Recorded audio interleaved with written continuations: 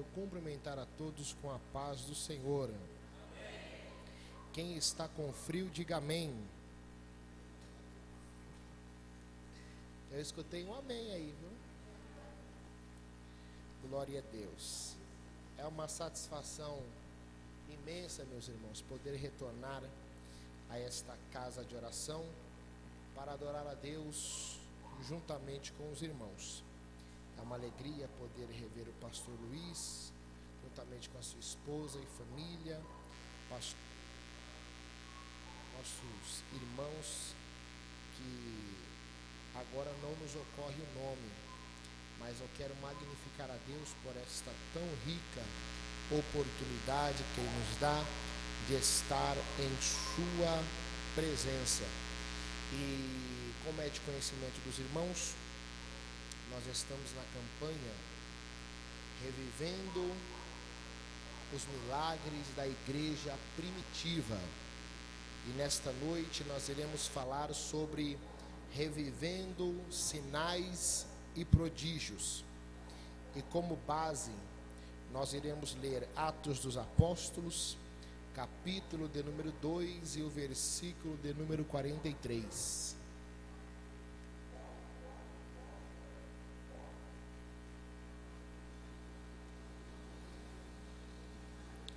Atos dos Apóstolos, capítulo de número 2 e o versículo de número 43.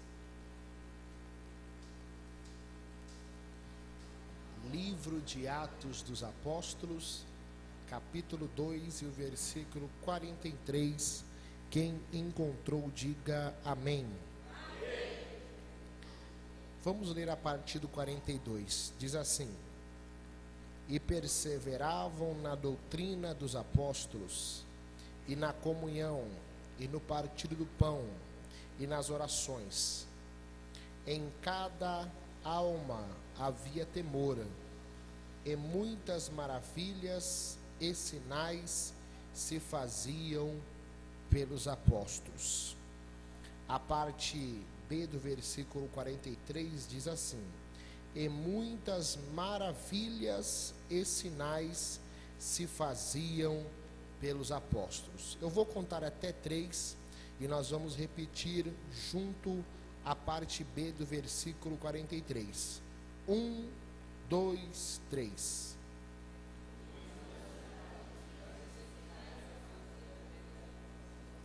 Para ensaio ficou muito bom. Vamos de novo? 1, 2, 3.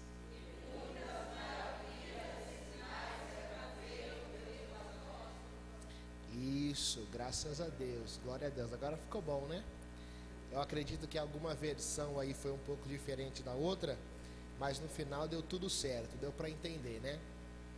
Meus irmãos, o tema desta campanha é revivendo os milagres da igreja primitiva. E quando nós falamos em igreja primitiva, nós estamos falando a respeito da primeira igreja, por assim dizer. A Bíblia vai nos dizer que em certa ocasião Jesus vai chegar perante os seus discípulos e vai perguntar assim: o que dizem os homens ser o Filho do Homem? Em outras traduções pode significar: o que o povo está dizendo que eu, Jesus, sou?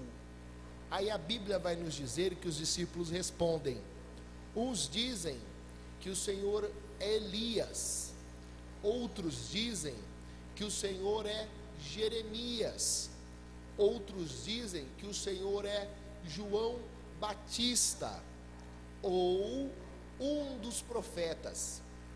Aí a Bíblia vai nos dizer que Jesus olha para eles e estreita a pergunta: e vós, que dizeis ser o Filho do Homem?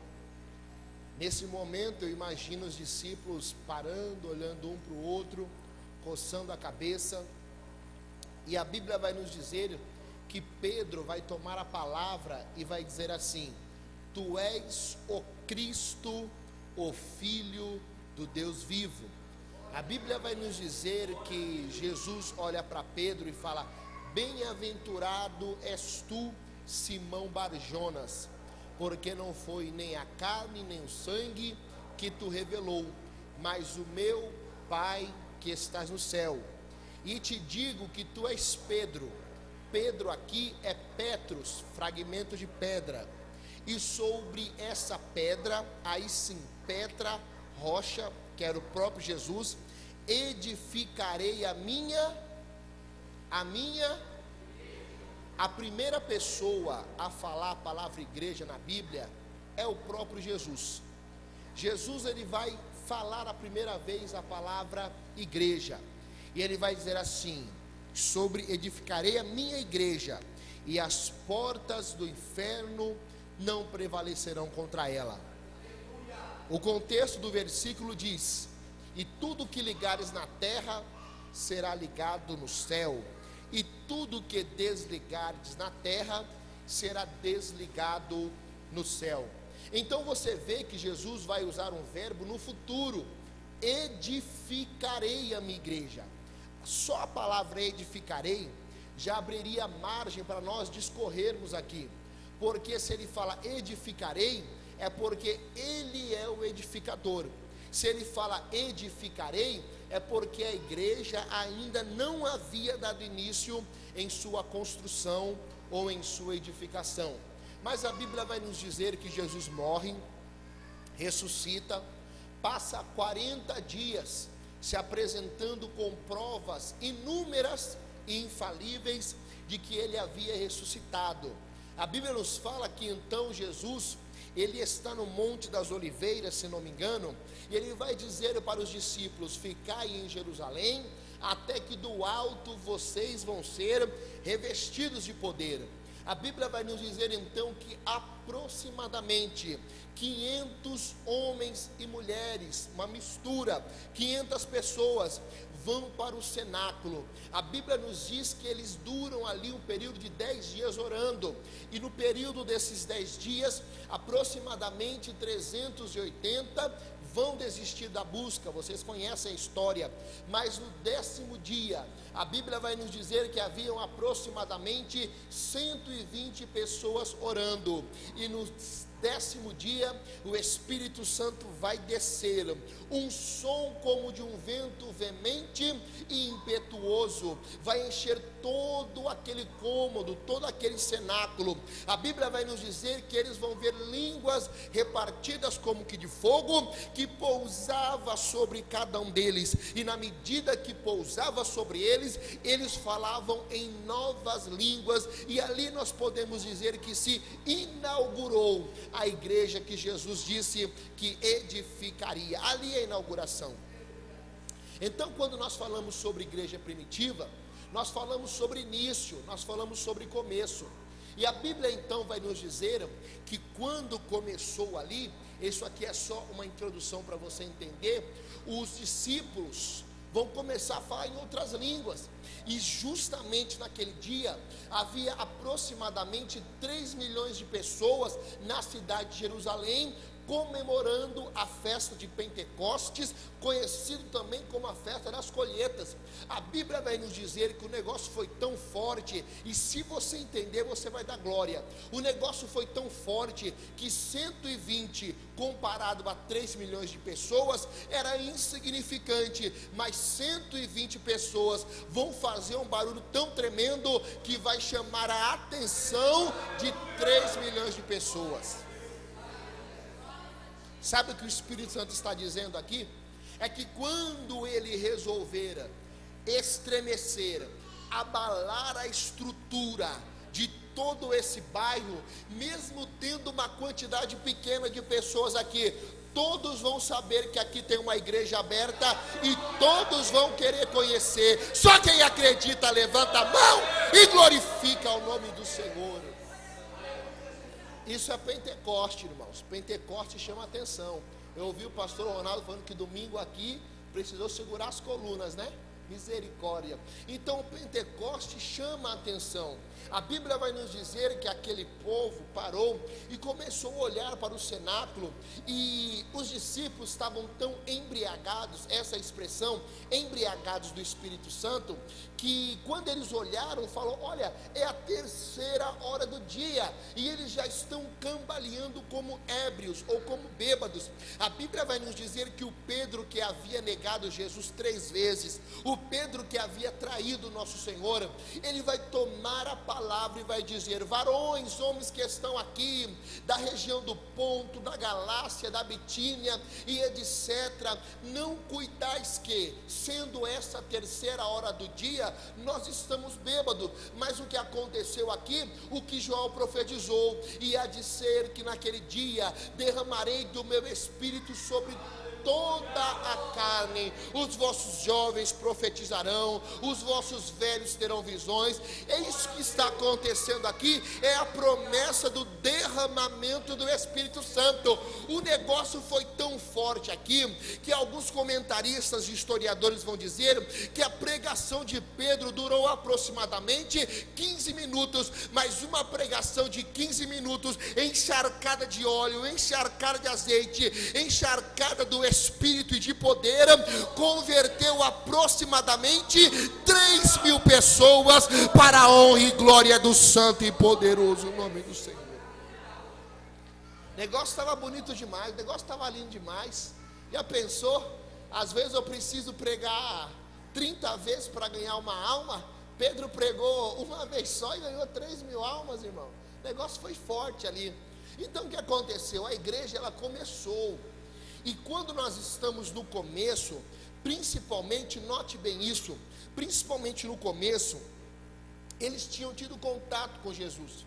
Haviam aproximadamente 10 dias que Jesus havia sido assunto ao céu, subido ao céu.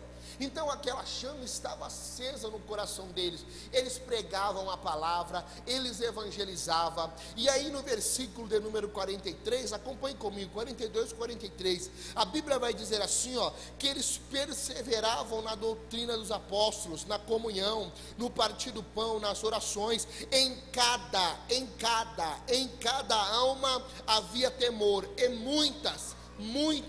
muitas maravilhas e sinais se faziam pelos apóstolos. Então a igreja primitiva, eu posso dizer isso, se alguém discordar, a gente conversa depois, mas eu posso dizer que a igreja primitiva é o maior exemplo de igreja para nós. Tem a igreja na Coreia do Sul, tem igrejas aqui no Paraná, que são igrejas grandes, ministérios que são centenários, mas a igreja primitiva, na minha opinião, é o maior exemplo de igreja que nós temos, porque eles perseveravam. A Bíblia vai dizer, há duas quintas-feiras atrás, nós falamos sobre o amor fraternal. Acho que foi até o Luiz, pastor Luiz, que pregou, né? Eles tinham tudo em comum, irmãos.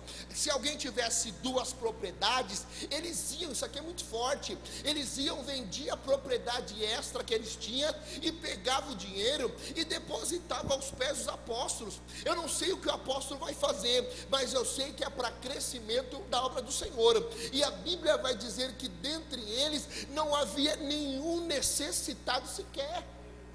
Então o negócio era tremendo, o negócio era poderoso. Eles pregavam a palavra e o Senhor abençoava. Então eles perseveravam na doutrina dos apóstolos, ou seja, na pregação genuína da palavra de Deus, na comunhão, na oração, no partir do pão, que é a Santa Ceia do Senhor. E a Bíblia vai dizer que por causa dessa comunhão e dessa união, o Senhor fazia muitos sinais e maravilhas. Porque se não há união, só pegando um gancho aqui, não tem como o Senhor operar milagre. Quer ver comigo? Salmos de número 133, versículo de número 1, 2 e 3. Eu vou discorrer rapidamente para nós ganharmos tempo. Salmo 133, verso 1, 2 e 3 diz assim, ó quão bom e quão suave é que os irmãos vivam em união. É como um óleo precioso sobre a cabeça, que desce sobre a barba de Arão, e que desce a hora das suas vestes, como o orvalho de Hermon que desce sobre os montes de Sião, ponto e vírgula, porque a ali onde? Ali onde tem união, o Senhor ordena a bênção e a vida só por um momento. Não, é para sempre. Então, para acontecer milagre, para acontecer sinais, prodígios e maravilhas, tem que haver união. E se há união, o Senhor estende a mão, ordena a bênção e a vida para sempre, para a honra e glória do santo e bendito nome do Senhor. Então, a igreja primitiva é um grande exemplo para nós, um grande exemplo, ou seja, o maior exemplo que nós temos. Aí a Bíblia vai dizer que por causa desta união, por causa desta comunhão que eles tinham, o Senhor operava muitos sinais e maravilhas. Agora, o que me chama a atenção, preste bem atenção nisso, é que sinais e maravilhas está se referindo a milagres. Sinais e maravilhas está se referindo única e especificamente a milagres. O Senhor levantava o coxo, haja vista, daqui a pouco a gente vai falar sobre Atos 3, do coxo que estava na Porta Formosa. O Senhor curava o coxo, o Senhor curava o paralítico, que é a mesma coisa, abria os olhos do cego, fazia o surdo ouvir. Quem tinha lepra, que era muito comum naquele momento, e há muitos exemplos, histórias, o Senhor também curava. Então a Bíblia vai dizer que havia muitos sinais e maravilhas, ou seja, milagre. Mas por que aqui tem duas palavras, sinais e maravilhas? Por que não está escrito só, o Senhor fazia muitos milagres? Por que está a expressão sinais e maravilha? A primeira coisa que me chamou a atenção é que eu fui buscar o significado da palavra no grego de maravilhas. Maravilhas no grego significa teras ou terás, que significa algo estranho que leva o observador a se maravilhar. Então, quando a Bíblia fala que o Senhor operava sinais e maravilhas, quando fala maravilhas, está dizendo que os milagres que o Senhor operava era justamente para chamar a atenção de alguém que estava só observando. Passava de longe, via Pedro pregando, via ali os outros discípulos, João, Tiago, pregando a palavra do Senhor, mas eles ouviam somente a pregação do Evangelho, mas o Senhor fazia maravilhas. Aí o observador tinha que se prostrar, ele tinha que se maravilhar, porque além da palavra pregada, acontecia maravilhas, e ele ficava maravilhado. Então, quando a Bíblia fala que o Senhor operava sinais e maravilhas, a Bíblia está dizendo que Jesus realizava milagres para chamar a atenção de alguém que estava só observando, mas que não queria entrar e nem participar da comunidade da igreja que estava se iniciando. Então o Senhor operava milagres que maravilhavam o povo. É como se o povo ficasse observando, o que é que vai sair daí? O que é que vai acontecer? Daqui a pouco, isso aqui é muito lindo, daqui a pouco via entrando com a cadeira de roda e saindo com a cadeira de roda carregando, entrava com a muleta e saía com a muleta nas costas, entrava com a ajuda de uma pessoa e saía sem a ajuda de uma pessoa. Isso maravilhava o povo, e o povo se curvava diante da autoridade do nome de Jesus. Quem está entendendo, levanta a sua mão e glorifica o nome do Senhor. Maravilhas, muitas maravilhas, milagres que traziam maravilhas. Repita, maravilhas, mais forte. Mas também maravilhas e sinais. Aí quando eu fui buscar, por que sinal? Sinal é uma palavra grega que vem da palavra semeion, que é sinal, marca, prova. Ou seja, quando o Senhor realizava milagres, o que acontecia? O povo ficava maravilhado. Então o Senhor realizava milagre para que o observador viesse se maravilhar e se prostrar e acreditar que Jesus era realmente o Deus Todo-Poderoso.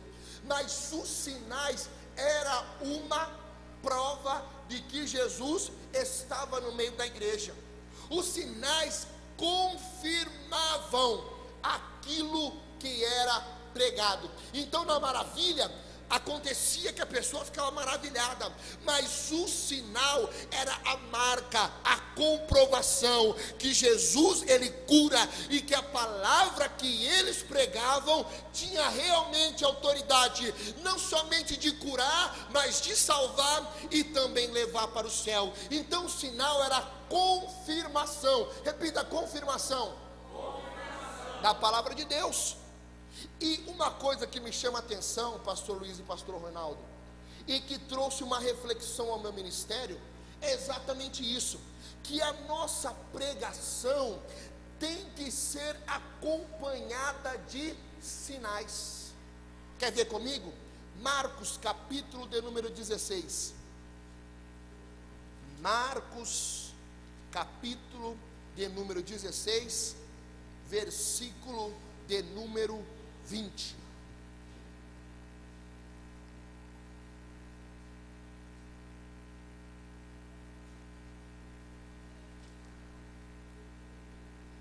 Quem achou diz amém. Amém. Olha o que diz o texto, Marcos 16 e 20. E eles quem? Os discípulos, apóstolos, tendo partido, pregaram por todas as partes. Agora isso aqui, irmãos, é tremendo isso aqui. Cooperando com eles o Senhor. O Senhor estava cooperando com ele, que é maravilhoso demais. E confirmando a palavra com que se seguiram, ponto, amém. Simples assim. Eles pregavam e tinha alguém que ficava só observando. Eles pregavam e tinha alguém que ficava duvidando. Aí a Bíblia vai dizer que o Senhor cooperava com eles. Cooperava como? Confirmando a palavra com sinais. Então os milagres maravilhavam o povo e confirmavam a palavra que estava sendo pregada. Daqui a pouco vai apertar um pouco, mas no final vai dar tudo certo. Então os milagres aconteciam, maravilhava o povo, confirmava a palavra do Senhor. E coisa linda é quando a palavra é seguida de sinal, porque se tem um evangelista bom, vou falar de novo, se tem uma pessoa que evangeliza bem, é a pessoa que recebe o milagre. Quando a pessoa recebe o milagre de câncer, todo mundo sabe que ela foi curada, porque ela não para de falar: oh, eu fui na igreja, Jesus me curou, Jesus me livrou, Jesus me salvou, Jesus curou a minha vida. Ela se torna evangelista. A Bíblia vai dizer que quando Jesus vai conversar com a mulher samaritana, e Jesus prova por A mais B que era o Messias, porque havia revelado toda a vida dela, isso foi palavras com sinal. Jesus pregou a palavra sobre a água e manifestou sinal, falando da vida da mulher. Aí a Bíblia vai dizer que a mulher saiu como uma missionária, entrou na sua cidade e falou: eu ouvi um homem que contou toda a minha vida, ele é um profeta, ele é o Messias. A Bíblia vai dizer no Evangelho de João capítulo 4, que as multidões saíram de Samaria para ouvir Jesus, porque aquela mulher havia enchido a paciência deles, dizendo: ali tem um homem diferente, ali tem um homem que contou a minha vida, ali tem um homem que vem de Deus. Então quando eu recebo o sinal, confirmando a palavra que eu ouvi, eu me torno evangelista, eu me torno um grande pregador da palavra de Deus. É por isso que eu falei que isso confronta o meu ministério, o ministério que Deus me deu, porque a nossa pregação, ela tem que ser seguida por sinais. E a Bíblia vai dizer que os sinais seguirão aos que crerem. Eu falei que ia apertar um pouco, não falei? Porque nós vivemos em uma geração que parece que não crê mais, porque nós não vemos os sinais seguindo eles, nós vemos eles seguindo os sinais. Então, a Bíblia vai dizer que muitas maravilhas e sinais muitos acontecimentos que maravilhavam o povo, e muitos acontecimentos que confirmavam a palavra acontecia. Agora observe que esse muitos, ou muitas maravilhas, ou muitos sinais, denota, tem a conotação de frequência, acontecia quase todos os dias, para não dizer todos os dias, e também denota quantidade, ou seja, num culto era possível que 10, 20, 30 pessoas recebessem o seu milagre. Era possível que num culto só, Jesus curasse todas as enfermidades. Aí chegava no outro culto, cura de novo. Chegava no outro culto, confirmação de novo. Chegava no outro culto, se maravilhava de novo. Porque eram muitas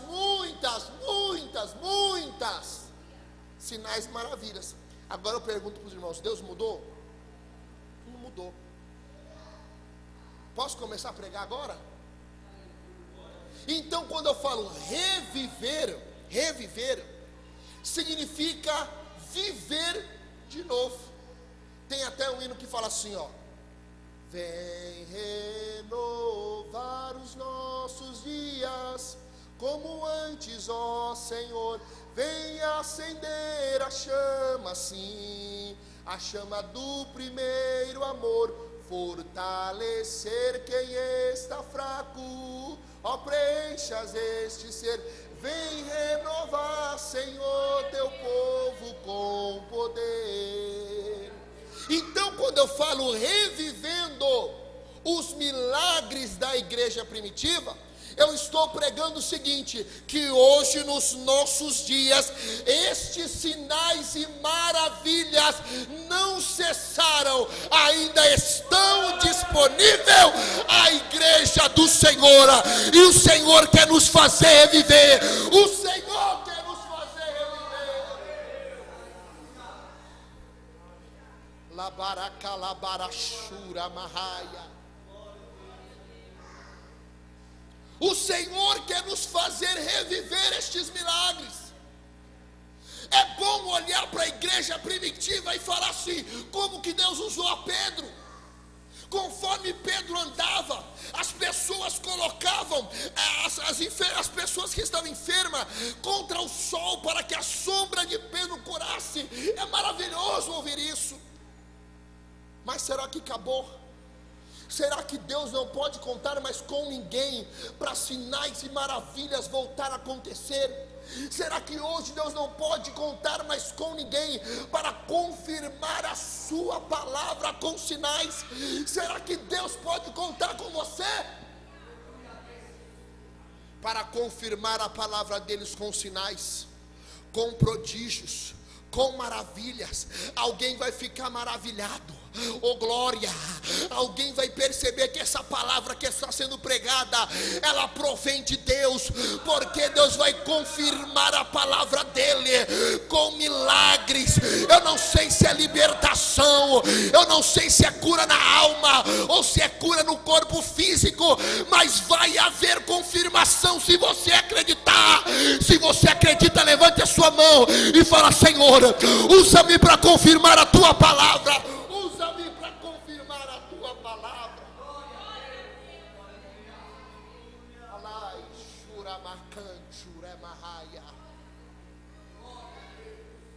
Reviver significa viver novamente. Quando eu falo revivendo sinais e prodígios da igreja primitiva, eu estou dizendo para mim mesmo: Senhor, se o Senhor fez naquele tempo, e Hebreus 13:8 vai dizer que Jesus Cristo é o mesmo ontem, hoje e será eternamente. Se Ele realizou ontem, eu estou dizendo: Senhor, realiza hoje, Senhor, realiza, porque o Senhor não mudou. Eu quero ver a tua palavra sendo confirmada. Observe que 1 Coríntios capítulo 12, do versículo 7 ao 10, Paulo vai falar a respeito de dons espirituais. É bem verdade que os dons são classificados em 3 categorias. Em Romanos capítulo 12 fala de dons de serviço. Em 1 Coríntios capítulo 12, versículo 7 vai falar sobre dons espirituais. E Efésios capítulo 4, versículo 11 vai falar sobre dons ministeriais. Tem todo esse tipo de dom. Mas aqui na primeira carta de Paulo aos Coríntios, capítulo 12, versículo 7 ao 10, Paulo vai relatar pelo menos 9 dons: dom da fé, dom da operação de maravilha, dons de curar, dom de discernimento de espíritos, dom da palavra da sabedoria, dom da palavra da ciência, interpretação de língua, variedade de línguas. São dons que estão disponíveis à igreja. Dons de curar, dons da fé, dons de operação de maravilhas. E eu posso provar biblicamente, mas outro dia eu provo, tá bom? Eu posso provar biblicamente que cada um de nós temos pelo menos um dom. Cada um, não tem aquela pessoa que vem para a igreja e fala não tem dom nenhum. Pelo menos um dom, no mínimo um dom você tem. Fala assim, ó, pelo menos um dom eu tenho. Pelo menos um dom você tem, só precisa usar. E aqui que está o X da questão. Eu já estou concluindo. Aqui está o X da questão. Porque Cristo não mudou, Jesus não mudou. Quem que mudou? Fomos nós que mudamos. A Bíblia vai nos dizer que Pedro e João estavam indo orar a hora nona, se não me falha a memória, em Atos capítulo 3, hora nona significa 3 horas da tarde, e eles estavam indo orar, e a Bíblia vai nos dizer que havia um coxo colocado à porta chamada Formosa. Essa porta, segundo os historiadores e comentaristas da Bíblia, ela era formosa porque ela era formosa mesmo, ela era feita de cobre, ou melhor, do bronze de Corinto, revestida de prata e de ouro. Vai dizer os historiadores que ela tinha 22 metros de altura e 18 metros de largura, e era necessário 20 homens para abrir aquela porta. Quando batia o sol, reluzia na prata e no ouro, e ficava uma coisa linda, e por ela quase todo mundo entrava. Então aquele coxo era colocado ali na porta chamada Formosa. A Bíblia vai dizer que Pedro e João estavam subindo para orar. Nesse momento, quando ele está subindo para orar, o mendigo vai pedir uma esmola. Dá-me uma esmola. A Bíblia vai nos dizer que Pedro e João fitam os olhos dele e fala assim: não temos prata e não temos ouro. E hoje, isso aqui é revelação. Hoje nós somos apenas uma porta. Temos bronze, temos prata, temos ouro, temos tamanho, temos largura, temos força, somos lindos, somos maravilhosos, ou seja, estamos enriquecidos, mas nós perdemos o levanta e anda. O que adianta ter prata, ter ouro, mas vidas passarem por nós e não receberem uma transformação? Aquele mendigo queria uma esmola e ele recebeu uma transformação de vida. Hoje as pessoas querem uma transformação de vida e recebem apenas uma esmola. Mas é tempo de reviver os sinais. Fique de pé comigo. Oh, glória! Qual igreja você quer ser esta noite? A igreja Pedro e João, ou a igreja que é somente uma porta? Qual igreja você quer ser? A igreja que não tem prata e ouro, mas tem um levanta e anda? Ou a igreja que tem prata e ouro, mas não tem um levanta e anda? Deus está fazendo uma pergunta para você.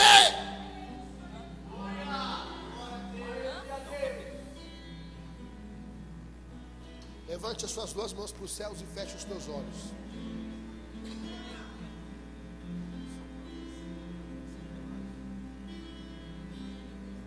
Eu vou deixar você pelo menos por 1 minuto refletir.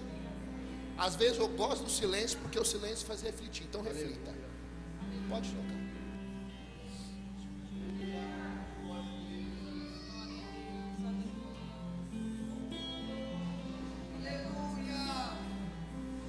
Aleluia, Jesus. Quantas pessoas já passou pela sua vida precisando de uma transformação? Estava depressiva. Quantos conhecidos seus já não se suicidaram? Oh meu Deus, morreram sem Jesus.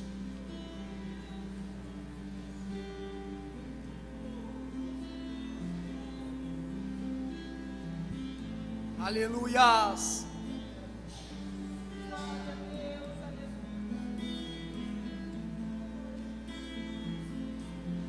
Aleluia, Jesus. Oh, Senhor da glória.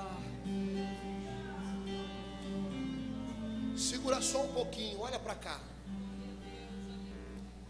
Há cerca de 3 semanas, chegou uma notícia de que uma jovem cantava na mocidade, pai crente, mãe crente, irmã crente. Aleluia. Entrou no seu quarto, amarrou uma corda e partiu para a eternidade sem Jesus. Eu parei, pastor Luiz, e fiquei imaginando. Ela estava dentro da igreja, ela cantava na mocidade, ela participou da festa da mocidade. O que aconteceu? Dentro da igreja. É muito fácil a gente apontar lá para fora. Isso aqui eu não pensei para falar, não, irmãos, aqui é vindo de Deus. É muito fácil olhar para fora e dizer: morreu porque não tinha Jesus. Mas e quando está dentro da igreja e está morrendo do mesmo jeito? É, Jesus, aleluia.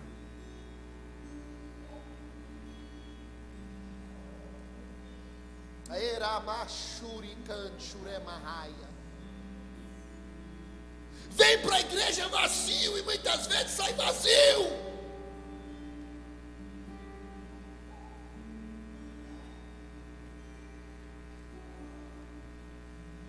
Mas se você se deixar encher pelo Espírito Santo nesta noite,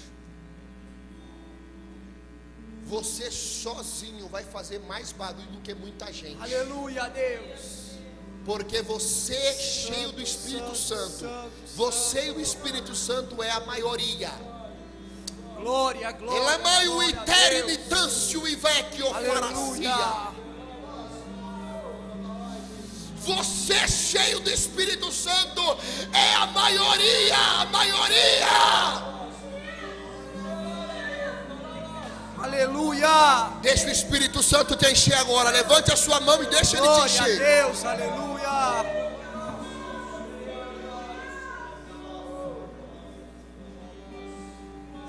Aleluia, aleluia, aleluia, aleluia, aleluia, aleluia. Santo, santo, santo Deus. Aleluia. Santo, santo, santo Deus. Aleluia.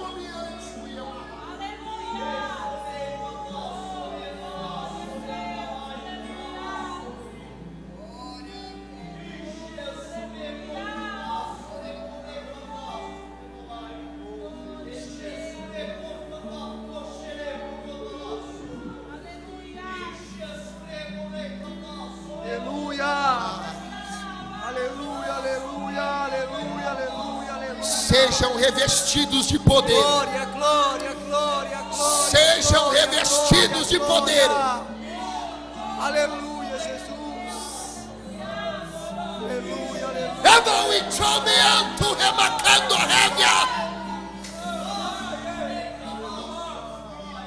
Este poder é para acontecer sinais. Sinais e maravilhas e prodígios vão confirmar a palavra pregada. Aleluia. Este lugar já está cheio da glória do Senhor. Este lugar já está cheio da glória do Senhor. A glória do Senhor já está sobre nós.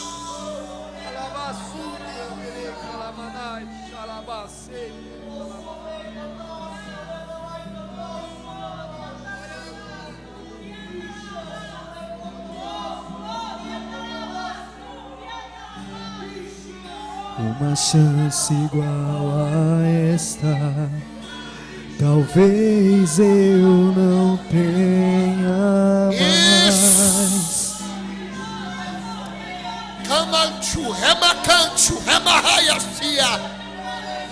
Quero estar em tua presença, nem que seja a última vez.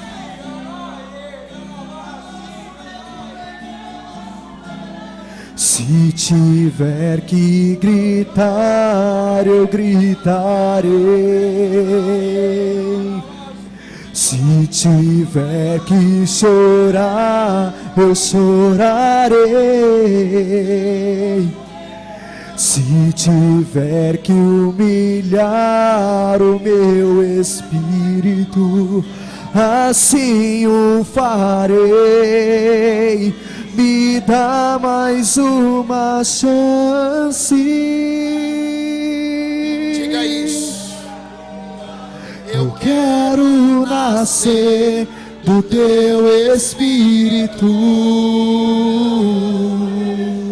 Eu quero matar minha carne,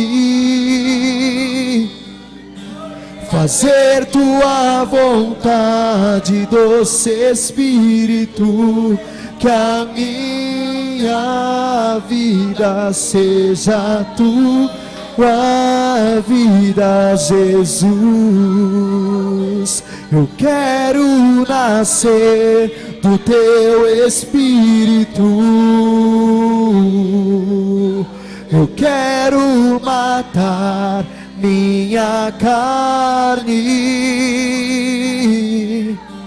fazer tua vontade, doce Espírito, que a minha vida seja tua vida, Jesus.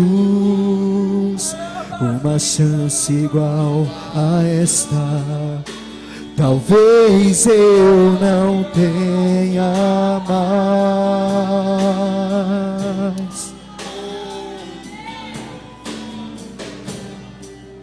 Quero estar em tua presença, nem que seja a última vez. Aleluias! Se tiver que aleluia, se tiver que chorar, eu chorarei. Se tiver que humilhar o meu espírito, assim o farei. Me dá mais uma chance. Eu quero nascer do teu espírito. Eu quero matar minha carne, fazer tua vontade, doce Espírito, que a minha vida seja tua vida, Jesus. Aleluias! Abra sua boca em adoração nessa hora. Abra sua boca dizendo aleluia. Oh, glória. Aleluia, Jesus. Fazer tua vontade, doce Espírito, que a minha vida seja tua vida, Jesus. Oh, glória. Quem pode dizer aleluia? Quem pode dizer glória a Deus? Quem pode dizer bendito é o nome do Senhor? Oh, se você pode dizer uma palavra de amor, de adoração a esse Deus, os sinais já estão confirmando a palavra, vidas estão sendo renovadas, você vai sair daqui diferente, o nome do Senhor vai ser glorificado, você e Deus é a maioria. Glória, glória, glória a Deus.